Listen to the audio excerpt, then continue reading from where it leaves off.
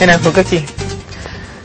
Este es el libro que mañana en la Feria del Libro a las 7 de la noche Eva Gollinger y Jean-Guy Allard van a presentar para, bueno, para el consumo, disfrute e información de toda la población.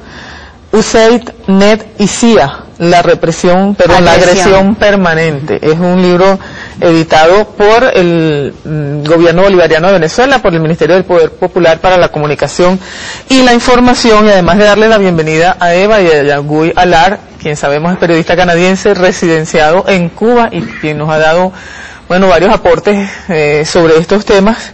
Le vamos a dar la palabra a Eva para que nos explique cuál es el contenido del libro, Eva. Sí, bueno, gracias, Tania. Bueno, el libro La agresión permanente es una selección de textos de Jean-Guy y mi persona que hemos venido escribiendo sobre la subversión en 4 países en particular, en Bolivia, Cuba, Honduras y Venezuela.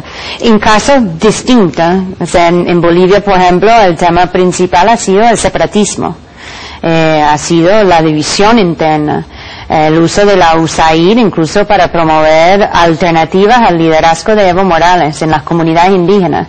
En Honduras es un golpe de Estado, o sea, al estilo del siglo XX, pero adoptado ahora estos nuevos mecanismos de un golpe a través de las instituciones constitucionales y con un mecanismo de intentar alargar el tiempo para justificarlo, dejarlo consolidar en el final.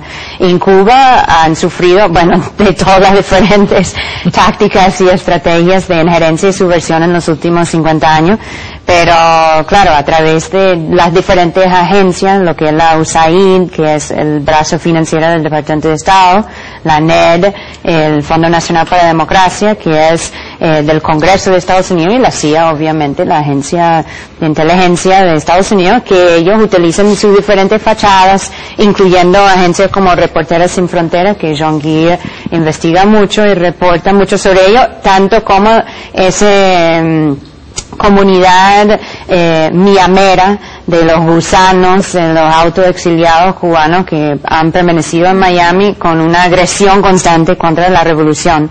Y por último, el caso de Venezuela, la guerra irregular que estamos viviendo desde hace varios años, que se han manifestado a través de golpes, sabotajes, financiamiento a la oposición, penetración en las filas revolucionarias, ahora con una agresión que cada día va escalando más y más con la militarización de Colombia por parte de Estados Unidos y lo que eso significa en términos de peligro y amenaza hacia Venezuela en particular, pero todo el pueblo. Entonces la idea es, además que todos son temas y ejemplos de este año.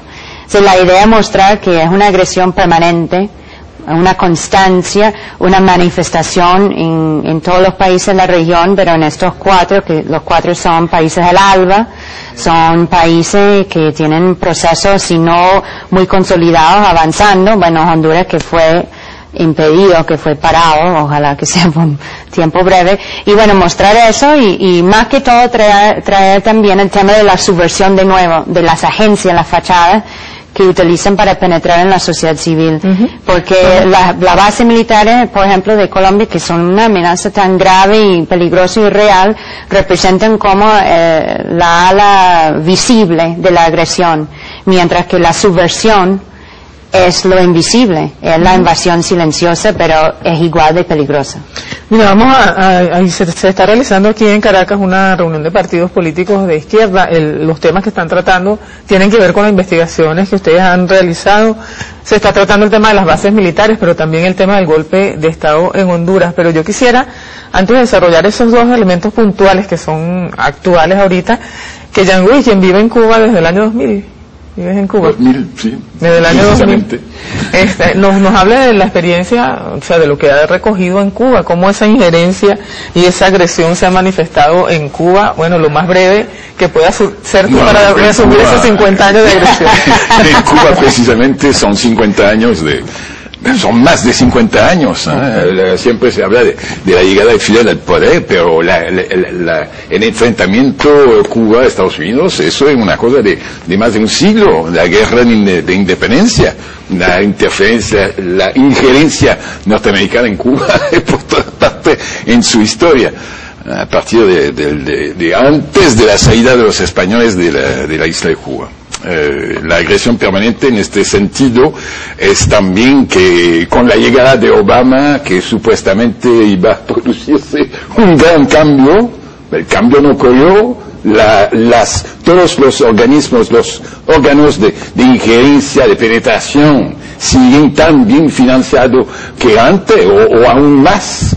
La CIA no dejó de trabajar de ninguna forma y de penetrar, infiltrar, de llevar la subversión por todas partes, no solo en América Latina, sino en el mundo entero. ¿En qué cambió eso con el nuevo presidente norteamericano? De ninguna forma. Al contrario, uno tiene la sensación que son a veces los órganos de inteligencia que gobiernan en Estados Unidos, en Honduras, por donde fue la crisis. Cuando un embajador cubano-americano con residencia en Miami vinculado a otro Reich, que cambió la fórmula, la manera de dirigirse de Estados Unidos al continente latinoamericano. Nada cambió, a mi juicio.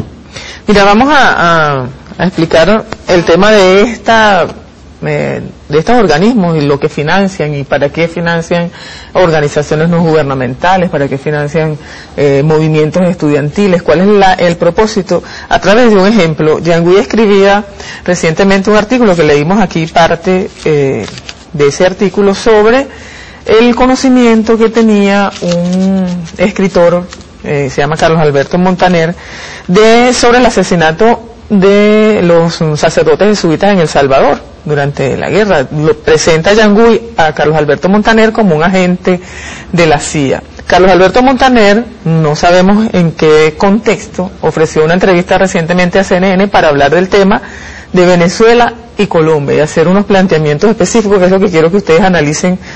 ¿Por qué es ese señor el vocero? ¿Por qué lo entrevista CNN? ¿Qué es lo que hay detrás de declaraciones como esta? Pero lo realiza además después de haber estado en Honduras y de haber participado allí también en eventos para legitimar el gobierno o la dictadura de Roberto Micheletti. Vamos a escuchar. Hay un propósito deliberado por parte del señor Chávez de calentar las relaciones con Colombia y de generar conflictos. El asesinato en Táchira de 8 jugadores de fútbol colombianos y 2 venezolanos que también fueron asesinados por miembros del ELN que actuaban dentro de la frontera venezolana, dentro del territorio venezolano, es una muestra de la cantidad de personal militar y guerrilleros y narcoterroristas que funcionan de acuerdo con el gobierno del señor Hugo Chávez. Nadie tiene dudas. Pero no estamos afirmando aquí, o mejor dicho, no estarás afirmando tú, me imagino, que el señor Chávez tiene algo que ver con los asesinatos en sí. No, por supuesto que no con los asesinatos, pero sí con convertir a Venezuela en una especie de santuario para las narcoguerrillas de la FARC y del ELN. Yo creo que hay una colaboración muy clara entre ese gobierno y unos grupos guerrilleros de los que ha dicho que no son narcoguerrilleros, que incluso debería concedérseles el trato de ejército beligerante. En fin, hay una complicidad política e ideológica peligrosísima, porque eventualmente eso sí puede puede derivar en un conflicto armado entre los dos países por la irresponsabilidad y el aventurerismo del señor Chávez. ¿Por qué en CNN, en un programa que entiendo es sobre economía y finanzas, Carlos Alberto Montaner, quien entiendo se presenta como escritor, está hablando de esos temas? Explíquenos ustedes. Qué clase de payaso, ¿eh? Qué clase de payaso. Es increíble. Le pusieron además una serie de doctorados, de títulos de profesor de por aquí, de por allá, cuando Carlos Alberto Montaner es un agente de la CIA. ¿Por qué tú dices eso? Auténtico, porque toda su vida la hizo pegado a las orientaciones del Departamento de Estado, para empezar, ¿no? Él habla de asesinato y no sé qué. Carlos Alberto Montaner fue arrestado en el 60 en La Habana con bombas en su casa, en la época que hay bombas que explotaban en cines en La Habana, en tiendas, que hubo muertos, atentados. atentados, no se puede decir que combatía el comunismo o lo que sea. Era en el 60, ni existía, ni se usaba la palabra socialismo en aquel momento. En La Habana, Luis Posada Caídas los confundí. Carlos Alberto Montaner y Posada Caídas, de tal forma que está involucrado en el caso de los jesuitas también.